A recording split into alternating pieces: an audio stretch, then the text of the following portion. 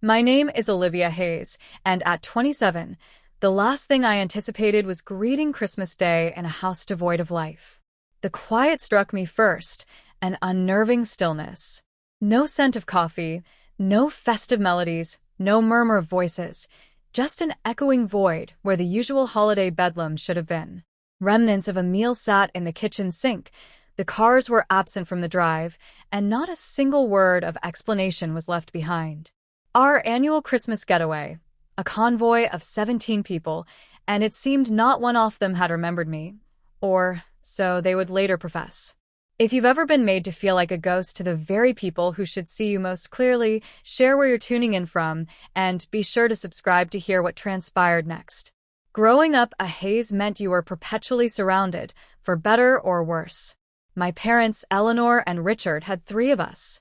My older sister, Chloe, then me in the middle, and my younger brother, Ben. Add to that the aunts, uncles, and cousins who were so frequently present they might as well have been permanent residents. Being the middle child was a textbook experience. Chloe was the family prodigy, head girl, excelling in all she did. Ben was the youngest, effortlessly charming and thoroughly indulged. And I was Olivia, the dependable one, the one who never forgot a birthday, orchestrated family events, and smoothed over disputes when familial tempers frayed. Our Christmas excursions had become a cherished decade-long tradition. What began as a modest escape for our immediate family had blossomed into an extended clan spectacle, encompassing aunts, uncles, cousins, and even a few close family friends. The previous year, we numbered 16. This year, it was set to be 17 with the inclusion of my sister's new fiancé. I was invariably the family's go-to person. Need someone to research destinations? Ask Olivia. Accommodations require booking? Olivia will sort it. Someone needed to track everyone's dietary needs, medication schedules, and diverse entertainment tastes. That was Olivia's domain. Despite often feeling like a background character, I treasured these trips. Last year, nestled in the Blue Ridge Mountains, we'd rented adjoining cabins. My Aunt Carol and I spent a whole evening creating festive treats while Uncle Jim taught the younger cousins new card tricks. Mom actually praised my Christmas light arrangements, and Dad sought my input on his retirement strategies. For a fleeting moment, I had felt truly perceived. But family dynamics are as shifting as dunes in the wind, and the preceding 6 months had ushered in notable changes. Chloe got engaged to Ethan, a successful investment banker with inherited wealth and influential connections. Their engagement celebration was a lavish production, with Mom shedding tears of joy and Dad proudly proclaiming his daughter's brilliance to anyone who would listen. Ben had received his acceptance to his top-choice university, a prestigious Ivy League school. Suddenly, my parents transformed into university parents, sporting college apparel and constantly discussing Ben's future graduation, even though he hadn't yet attended a single lecture. Meanwhile, my own promotion to senior project lead at the design agency where I dedicated 5 years of my career earned little more than a cursory, "That's pleasant, dear," from Mom. Dad inquired if it included a salary increase, but seemed underwhelmed when I clarified that the substantial raise was contingent upon my 6-month performance review. New additions to our extended family had also created fresh alignments. Cousin Megan had married Leo, who quickly became my uncle's favorite golfing partner. Aunt Sue had a new partner, David, who bonded with my dad over their mutual passion for classic automobiles.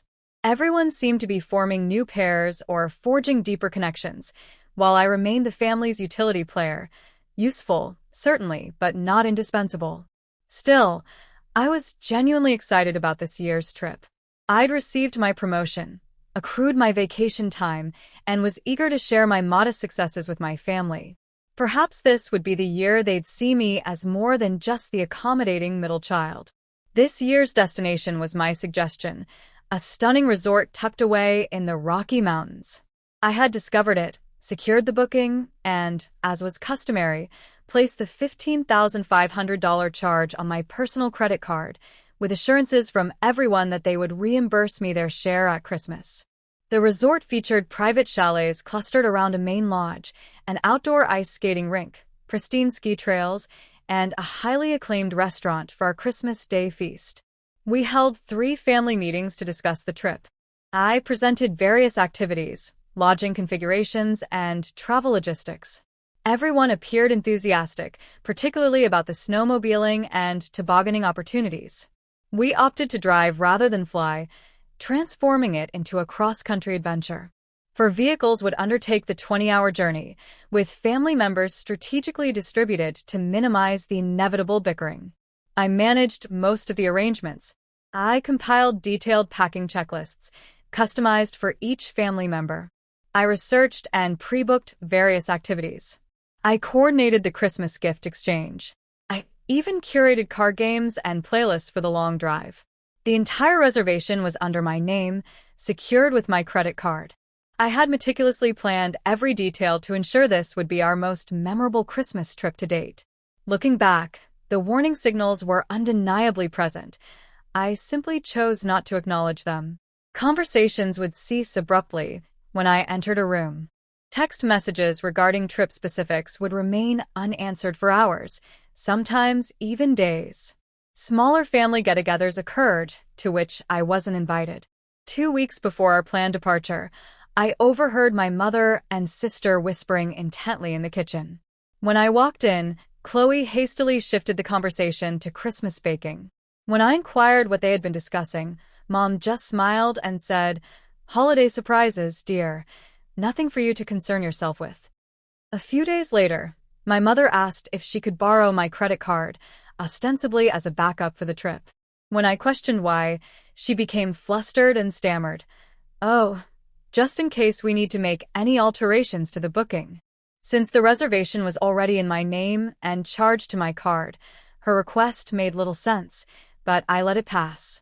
The night before we were due to leave, everyone was supposed to be packed and ready for a 7 a.m. departure. I stayed up until nearly 2 in the morning, organizing last-minute items, wrapping a few final presents, and ensuring everything was perfect. I set my alarm for 5:30 a.m., intending to shower and pack my toiletries before assisting with loading the vehicles. When I awoke, sunlight was streaming through my window, bright, high-in-the-sky sunlight. My stomach plummeted as I fumbled for my phone. 9:15 a.m. How could I have slept through my alarm? I leaped out of bed, already calling out apologies as I hurried towards the hallway. The house was silent. Not the tranquil quiet of early morning, but the hollow, echoing silence of vacancy. I called out again, more loudly this time, my voice reverberating back at me. "Mom? Dad? Is anyone still here?" I checked my parents' room first. The bed was neatly made, nothing on the bedside tables, the closet door ajar revealing noticeable gaps where suitcases had been. Chloe's room was next, the same. Ben's room looked as if a small cyclone had passed through it, but his signature gaming backpack and portable console were gone, all the telltale signs of my brother preparing for a journey. With each empty room, the knot in my chest tightened further. I raced downstairs, checking the living room, the dining room, the kitchen. Christmas decorations still twinkled, almost mockingly. In the kitchen, breakfast dishes were stacked haphazardly in the sink. They had eaten before departing, together, without waking me. I rushed to the front door and flung it open. The driveway, where 4 cars should have been parked, was barren except for my own compact sedan. They were gone. All of them. I stood barefoot on the frigid porch, my breath forming misty clouds in the December air as the stark reality began to sink in. They had left me behind. My hands trembled as I walked back inside, retrieving my phone from my bedroom. I scrolled through my notifications, nothing from my family. No missed calls. No text messages inquiring where I was or if I was okay. I dialed my mother's mobile. It rang 4 times before she answered, her voice bright and cheerful. "Olivia, good morning, sweetheart. Did you just wake up?" The background noise was unmistakable. Christmas music, multiple conversations, laughter. They were well on their way, probably hours into the drive already. "You left without me?" I managed, my voice smaller than I intended. A pause. "What? No, we..." "Aren't you in the van with your cousins?" My throat tightened. "No, Mom." "I'm at home." Alone. I overslept, and you all left without me. Another pause, longer this time. I heard her muffled voice as she presumably covered the phone to speak to someone else. When she returned, her tone had shifted, less cheerful, more concerned, but something about it felt disingenuous. Oh, Olivia, there must have been some sort of miscommunication. We all thought you were in Megan's van with the cousins. I'm so sorry, sweetie. From somewhere in the background, I heard my father's voice. Tell her we'll figure something out. Did anyone check if I was in the van? I asked, fighting to keep my voice steady. Did anyone look for me before you left? Well, it was rather hectic. You know how mornings like this are. Everyone was rushing about. I suppose we just assumed. You assumed? I repeated flatly. 17 people, and not a single one of you noticed I wasn't there? Not during breakfast? Not while loading the cars? Not during the head count I specifically suggested we perform before departing? Olivia, don't be like that. It was an honest mistake. We'll figure something out. Perhaps you can catch a flight and meet us there. I have to go now. The reception is getting patchy. I'll call you back in a bit, okay? The call ended before I could respond. I stood in my pajamas in the middle of the kitchen, phone clutched in my hand, staring blankly at the wall. They had left without me, and from the sound of it, they had been on the road for hours before I even woke. I tried to be rational. Maybe it truly was an honest mistake. Mornings like that are chaotic. Maybe everyone genuinely did believe I was in one of the other vehicles. I sat down at the kitchen table and opened my laptop, searching for flights to Colorado. The prices for last-minute Christmas travel made me wince, but if this was genuinely a misunderstanding, I could make it work. While searching for flights, I called my Aunt Penny, who had opted out of the trip this year due to a recent knee surgery. Aunt Penny, it's Olivia. Sorry to bother you, but something rather strange has happened. I explained the situation, hoping for sympathy or at least surprise. Instead, there was an uncomfortable silence. Oh, sweetie, she finally said, her voice gentle but tinged with awkwardness. I'm sure it was just some confusion in all the excitement. Did you speak to your mom this morning or Chloe? Another pause. Megan called to say they were on the road. She mentioned everyone was having a good time. Did she mention me at all? Not specifically, no. Aunt Penny, do you know something you're not telling me? Her sigh was heavy. Olivia, I really don't want to get involved in family matters. I'm sure whatever occurred, it's all a misunderstanding. Why don't you try calling your mother again? The conversation left me with a growing sense of unease. I opened Instagram and saw Chloe had already posted photos from their road trip, group selfies in the car, a breakfast stop at a cheerful diner.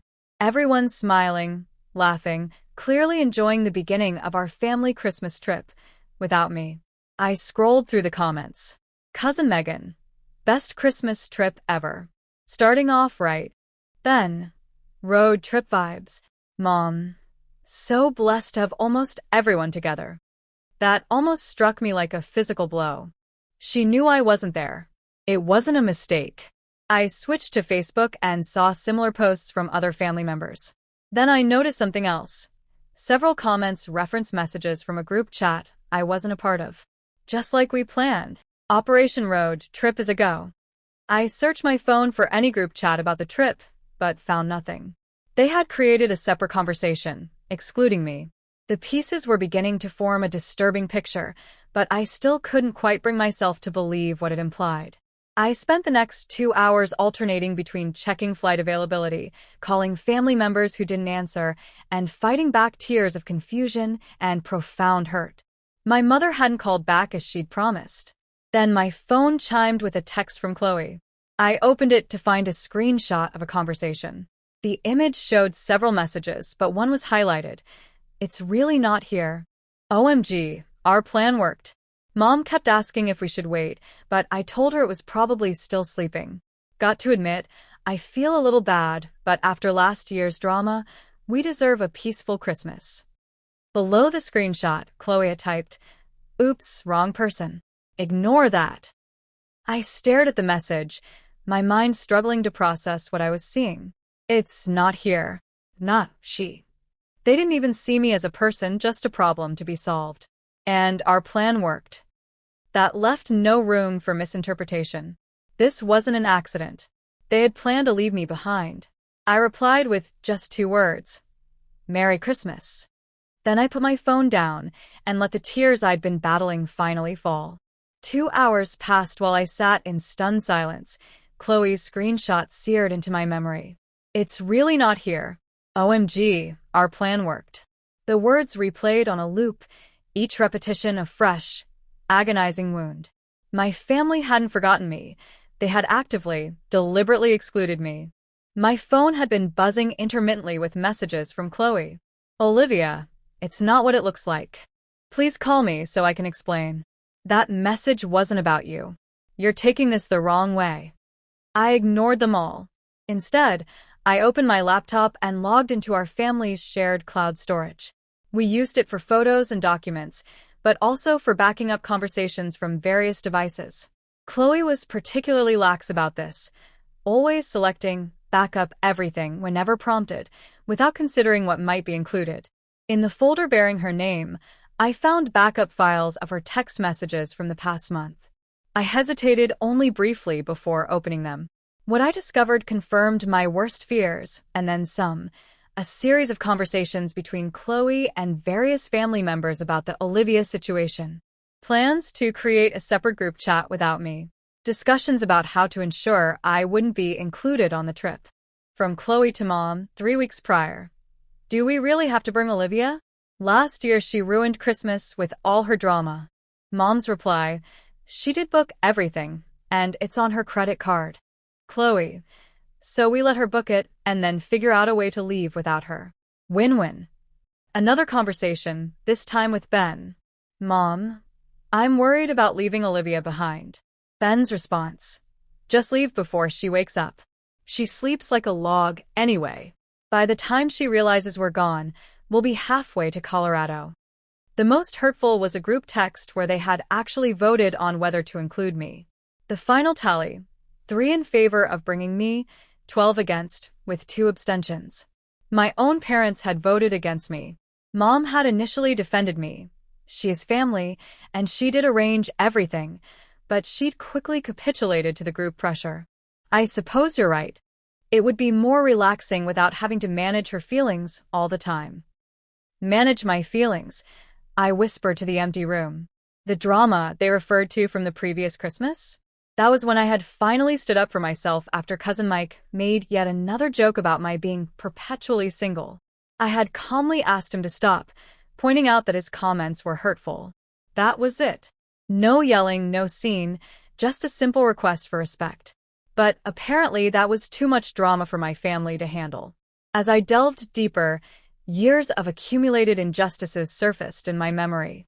The time I gave up my bedroom for a week when relatives visited, sleeping on the couch while Chloe refused to share her larger room. That summer, I worked 2 jobs to help cover family expenses when Dad was between positions, only to have my parents spend the money on a new car for Ben when he got his license. The countless times my achievements were minimized while my siblings were extravagantly celebrated.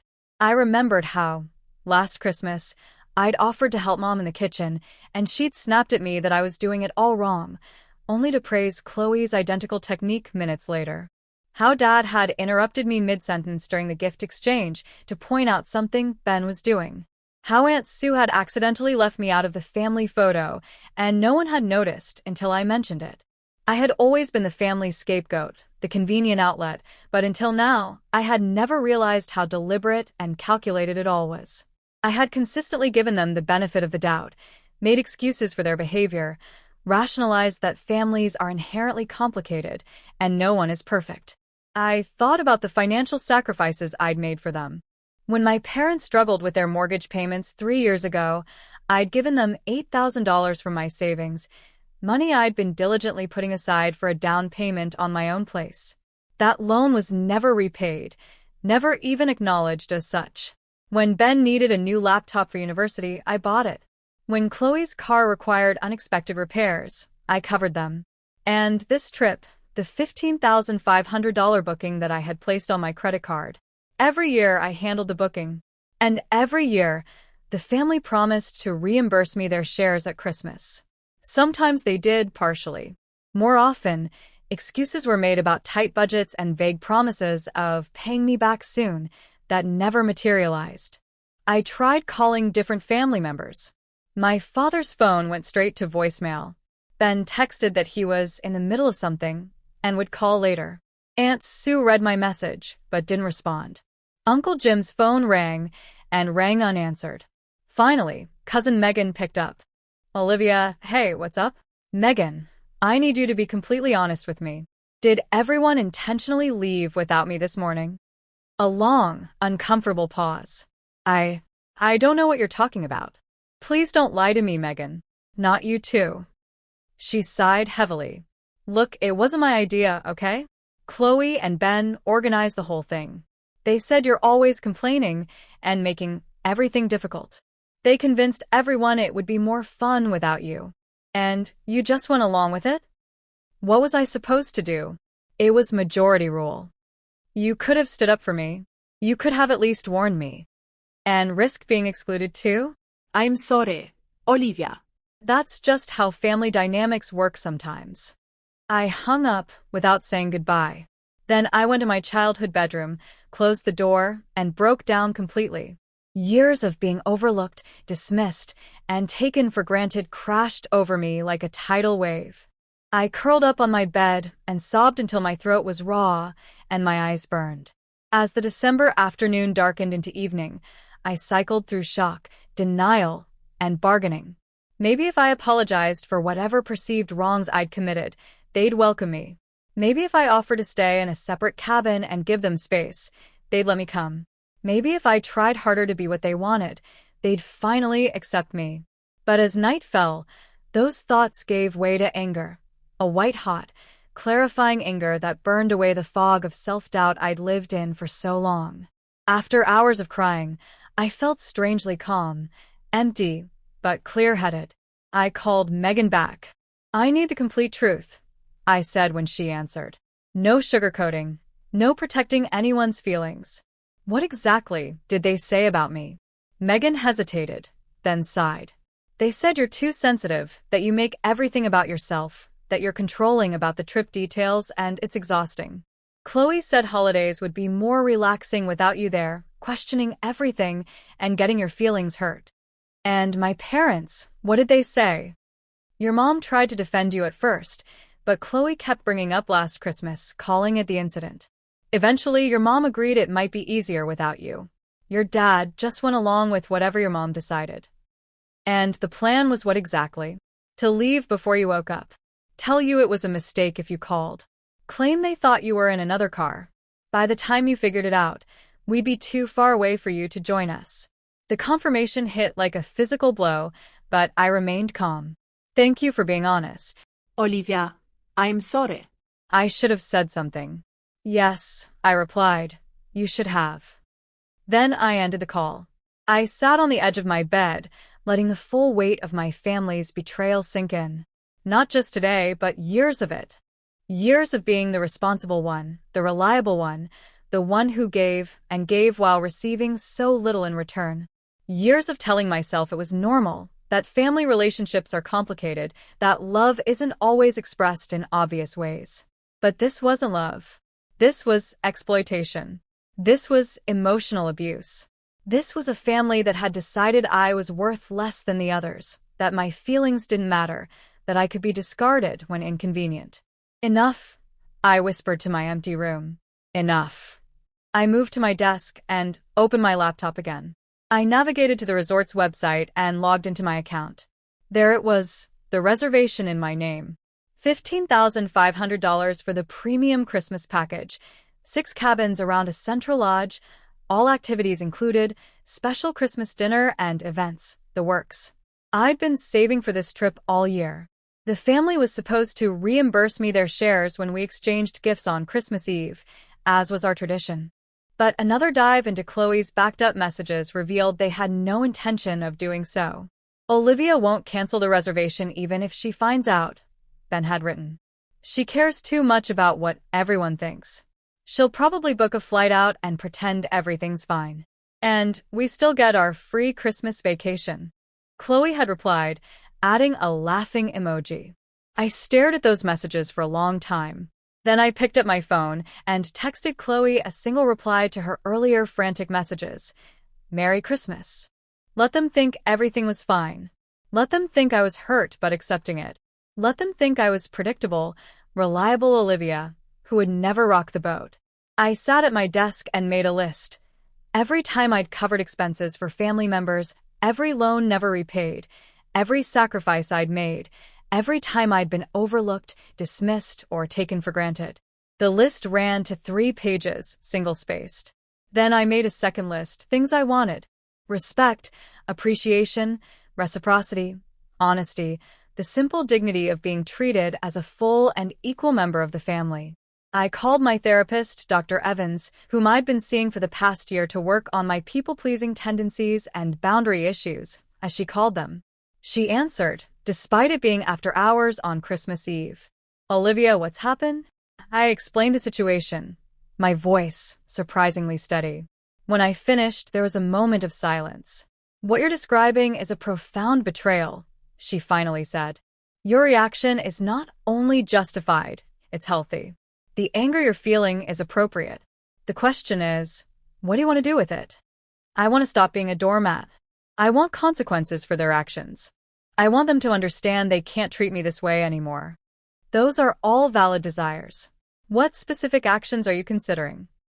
I told her my plan, the 2-part response I was formulating. She listened without interruption. Will these actions move you toward healing or deeper into hurt? She asked when I finished. Both. Maybe initially more hurt, but ultimately healing because I'll finally be standing up for myself. Then I support you. Just remember, you're making these choices for yourself, not primarily to punish them. The goal isn't revenge, it's self-respect. After we hung up, I felt validated.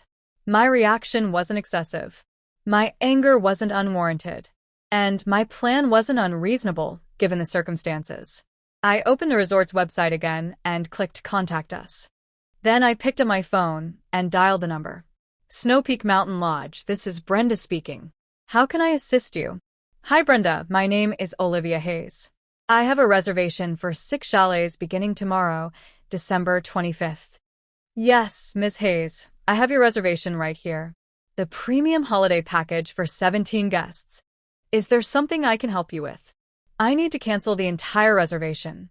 Oh, I'm very sorry to hear that. May I ask the reason for the cancellation? We might be able to accommodate changes instead. I hesitated only briefly. The reservation was for a family trip, but there's been a significant change of plans. The family decided to exclude me after I had already paid for everything. A pause. I see. I'm very sorry to hear that. Her voice had softened with genuine sympathy. Let me check our cancellation policy for your booking. I heard keyboard clicks in the background. Normally, our holiday packages are non-refundable this close to the date, but given the extraordinary circumstances, let me speak with my manager. I was placed on hold for several minutes. When Brenda returned, her voice was warm. Ms. Hayes, my manager has approved a full refund to your credit card. The funds should be returned within 3 to 5 business days. Thank you, I said, relief flooding through me. That was $15,500 I couldn't afford to lose. There's one more thing, Brenda continued. Your family is still planning to arrive tomorrow, correct? Yes, as far as I know. Would you like us to let them know the reservation has been canceled when they arrive, or would you prefer to inform them yourself? I considered this. Actually, if it's not too much trouble, I'd prefer if they found out when they arrive. Another pause. I understand. We can certainly handle that discreetly. Thank you, Brenda. You've been very kind. You're most welcome, Ms. Hayes. And if I may say so, I hope you find a way to enjoy your holiday despite these difficult circumstances. After hanging up, I felt a significant weight lift from my shoulders. Step 1 complete. Now for step 2. I set my alarm for 6:30 the next morning, then began gathering what I would need. Documents proving property ownership, financial records, keys, my passport, personal mementos I couldn't bear to lose. As I worked, I booked a solo vacation to Costa Rica, departing the following evening.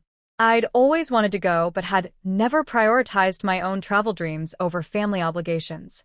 The irony wasn't lost on me that I'd be spending about the same amount on my solo trip as I'd been prepared to lose on the family vacation. I wrote a detailed letter to my family, explaining exactly why I was taking these actions, careful to focus on facts rather than raw emotions. I set up an automatic email to be sent to all of them once I was on my flight. Then I made 2 final calls. One to a locksmith who charged extra for Christmas Day service, and one to a moving company that advertised anytime, anywhere availability. Both confirmed they could meet my needs, at premium holiday rates, of course. Money well spent, in my opinion. As I finally went to bed in the early hours of Christmas morning, I felt something I hadn't expected. Peace. Tomorrow would be challenging but necessary. And for the first time in my adult life, I was choosing myself over everyone else's expectations and demands. My alarm buzzed at 6:30 sharp on Christmas morning. I'd slept surprisingly well, waking with a sense of purpose and clarity rather than the fog of sadness from the day before. I showered, dressed in comfortable clothes, and ate a quick breakfast. Then I got to work.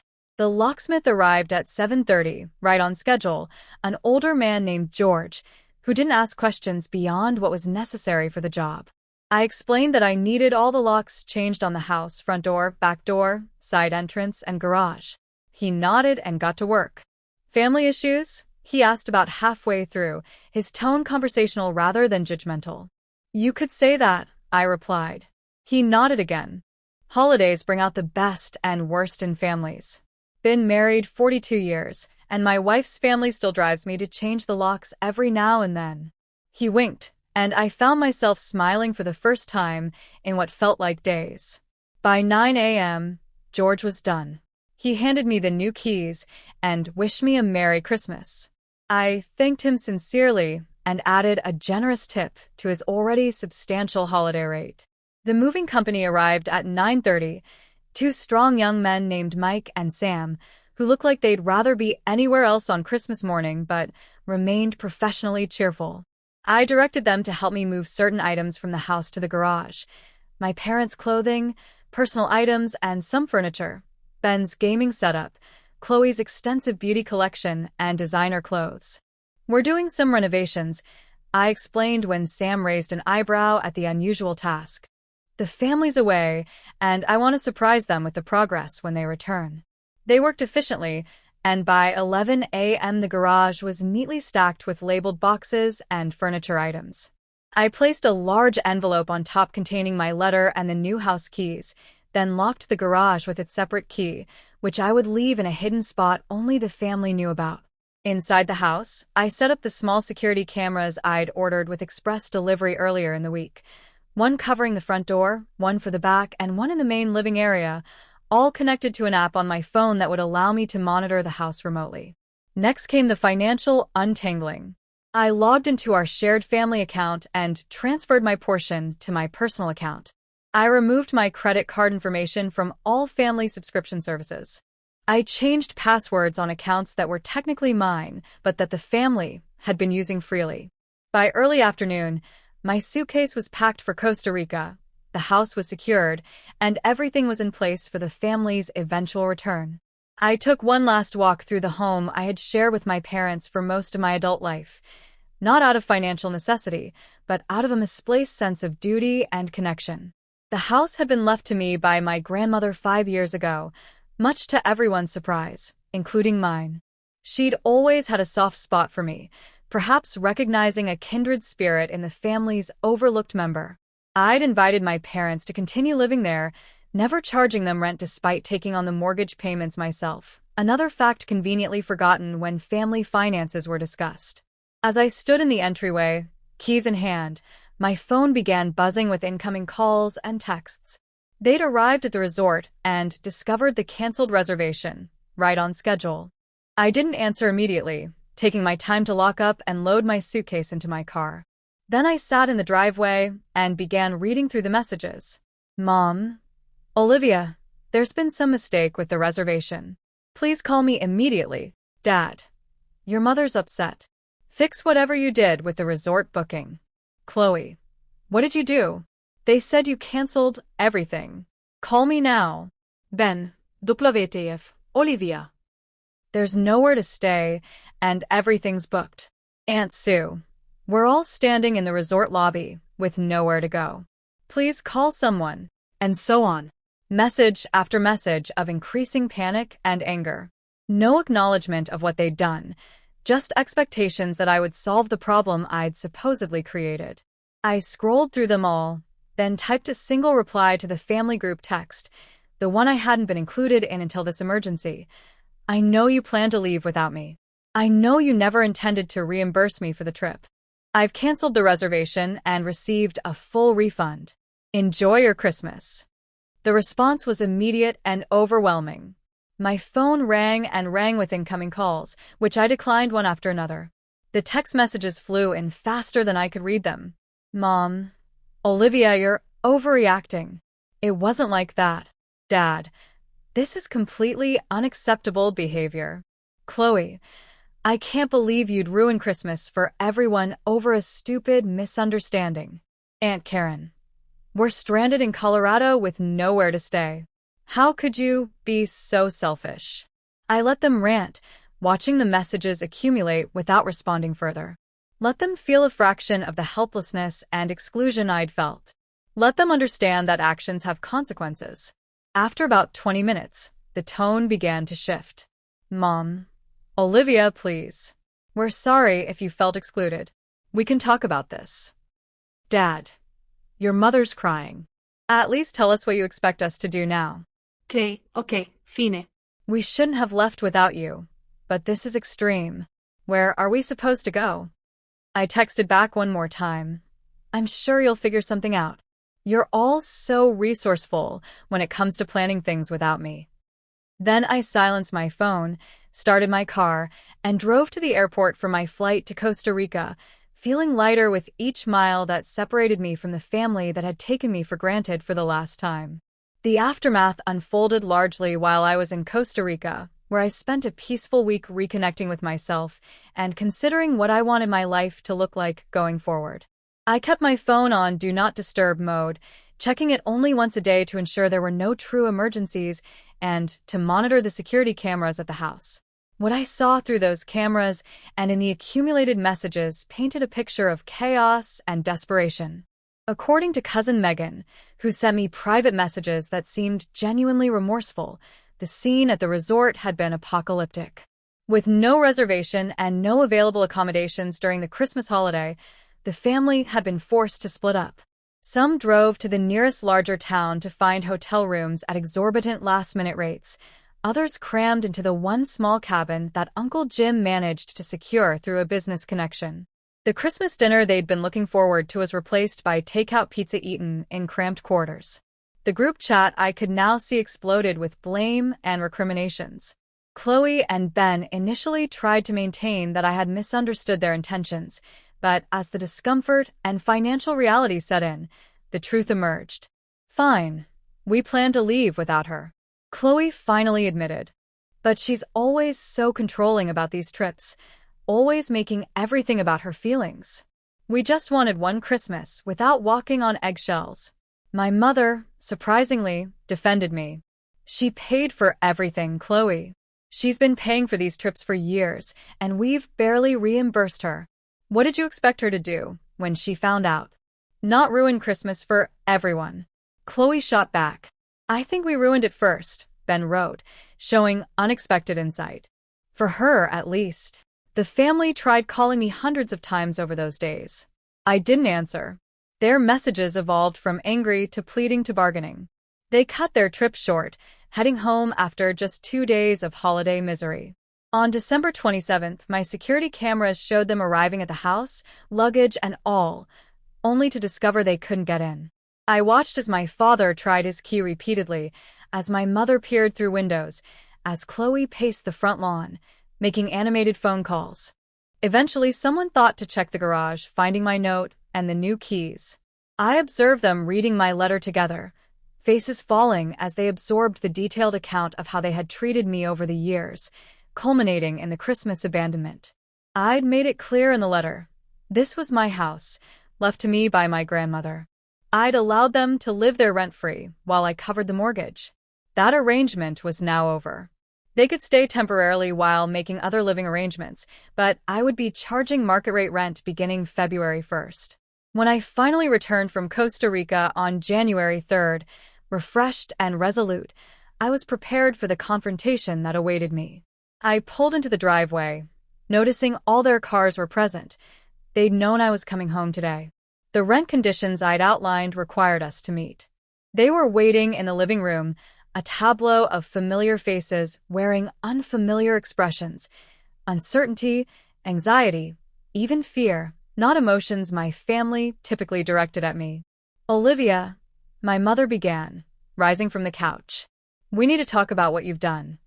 "No," I said calmly, remaining standing just inside the doorway. "We need to talk about what you've all done for years." "This is ridiculous," Chloe interjected. "So, we left without you on a trip. It was immature, fine. But changing the locks? Threatening to evict your own family?" Who does that? "Someone who's finally had enough," I replied. "Someone who's tired of being exploited and taken for granted. Someone who's setting boundaries that should have been set long ago." "Exploited?" My father scoffed. "That's a bit dramatic, don't you think?" I pulled out my phone and played a recording I'd made before leaving, a compilation of their messages planning to exclude me while still expecting me to foot the bill for their Christmas vacation.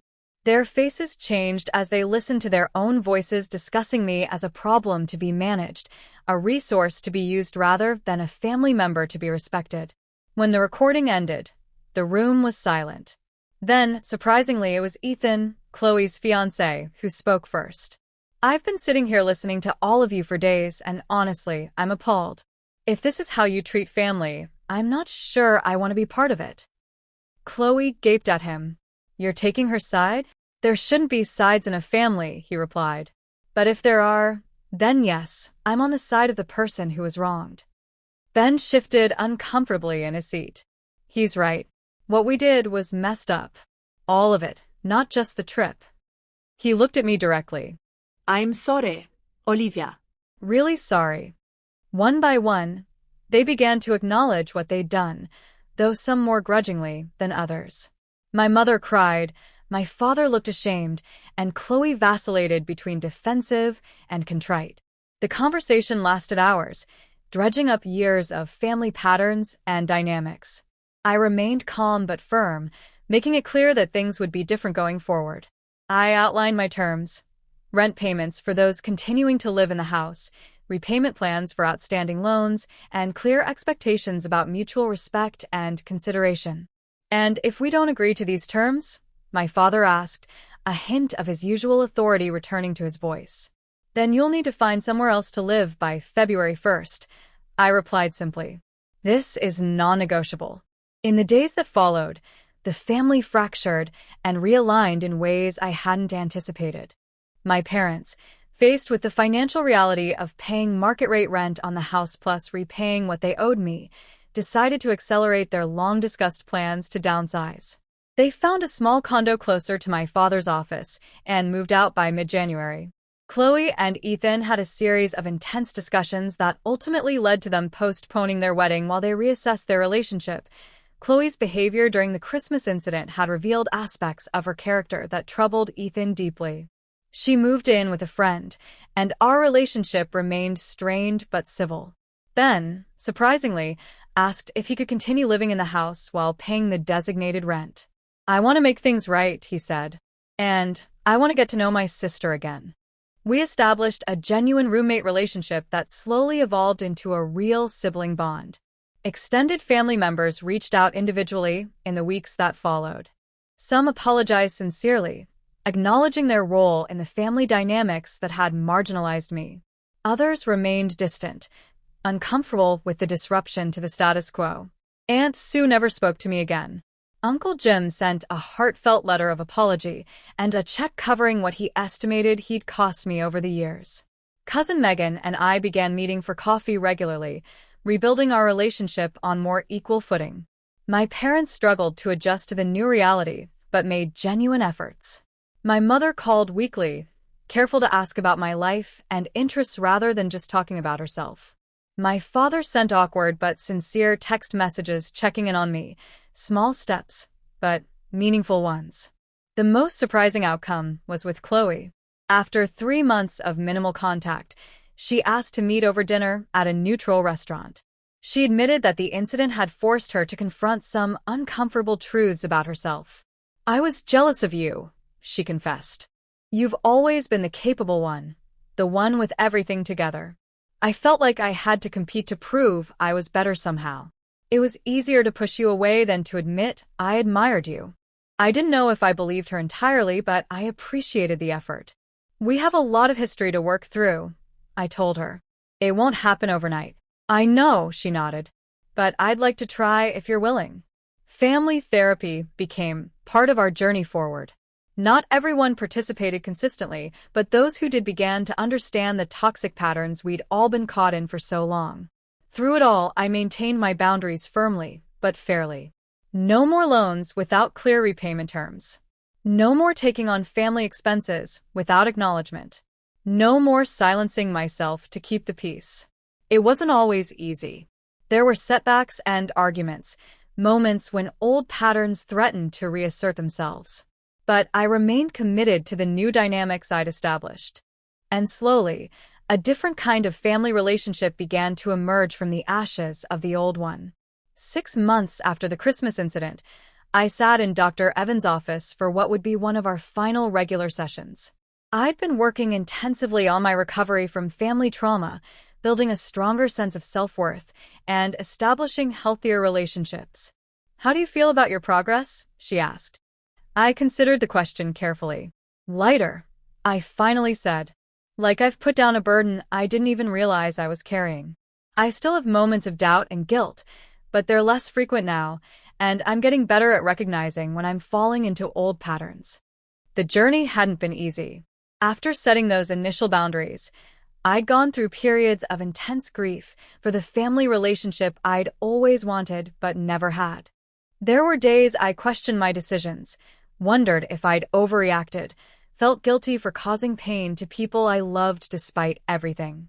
But therapy helped me recognize those thoughts as conditioned responses from years of emotional manipulation. Dr. Evans guided me through techniques to acknowledge those feelings without letting them dictate my actions. "And your support network?" she prompted. "Growing stronger every day," I replied with a smile. "My friends have been amazing, especially once I started being honest about my family situation instead of making excuses for them. I've reconnected with college friends I'd lost touch with, and I've made new connections through that pottery class I started taking." Building a non-family support network had been crucial to my healing. For too long, I'd prioritized family relationships at the expense of friendships and personal interests. Now, I had a weekly book club, a pottery group that met regularly, and several close friends who checked in often.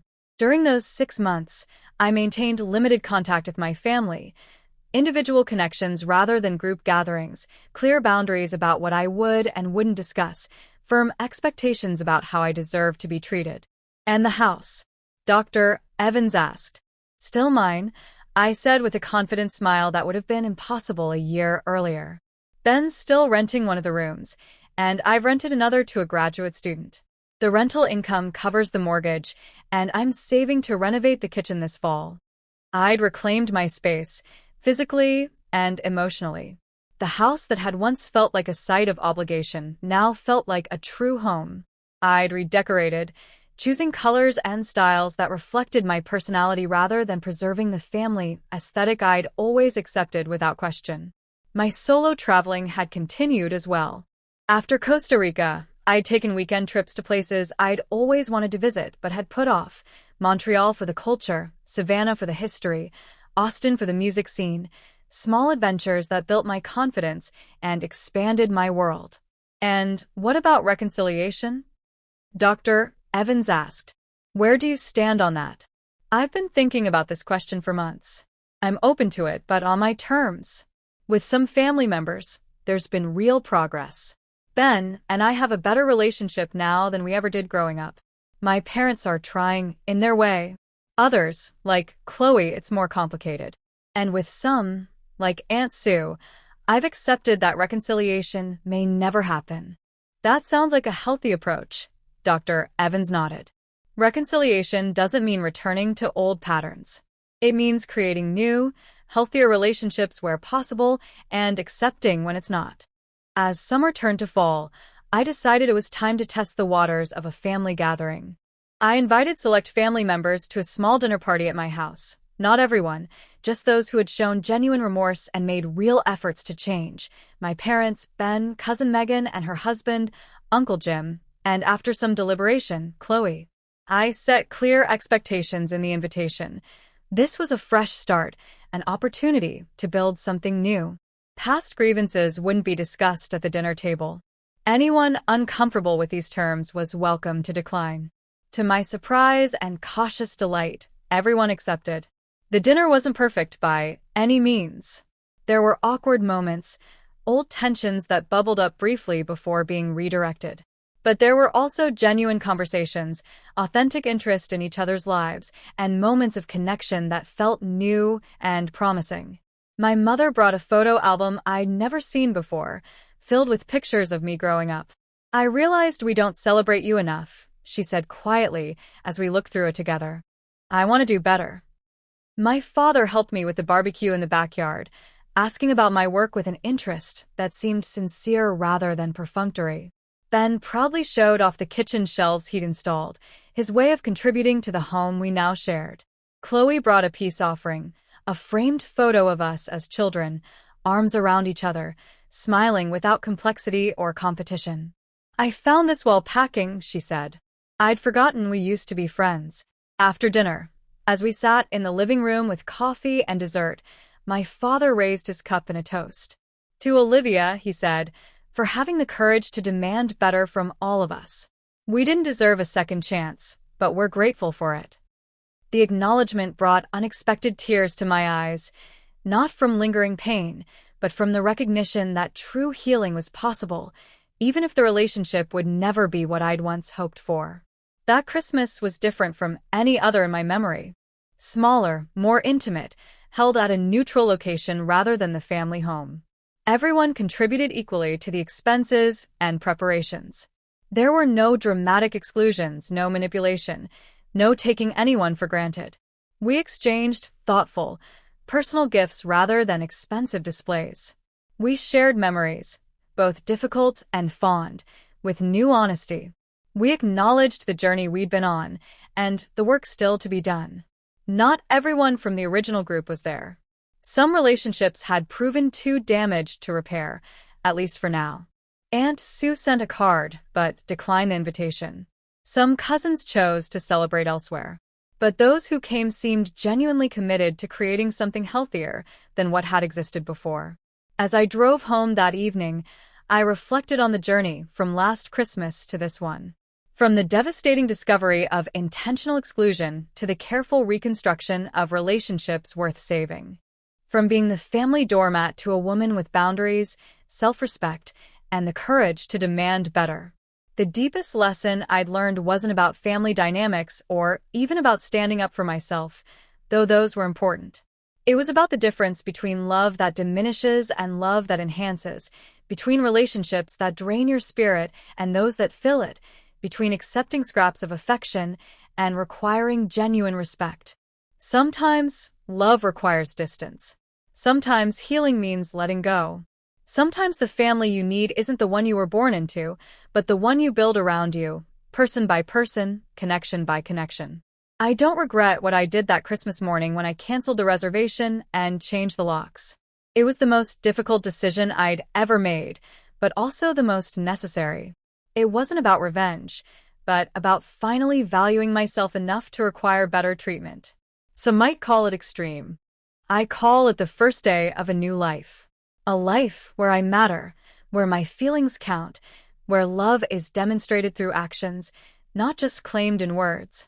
If you're watching this and recognize yourself in my story, please know you're not alone. Family relationships are complex, but they should never come at the cost of your self-worth.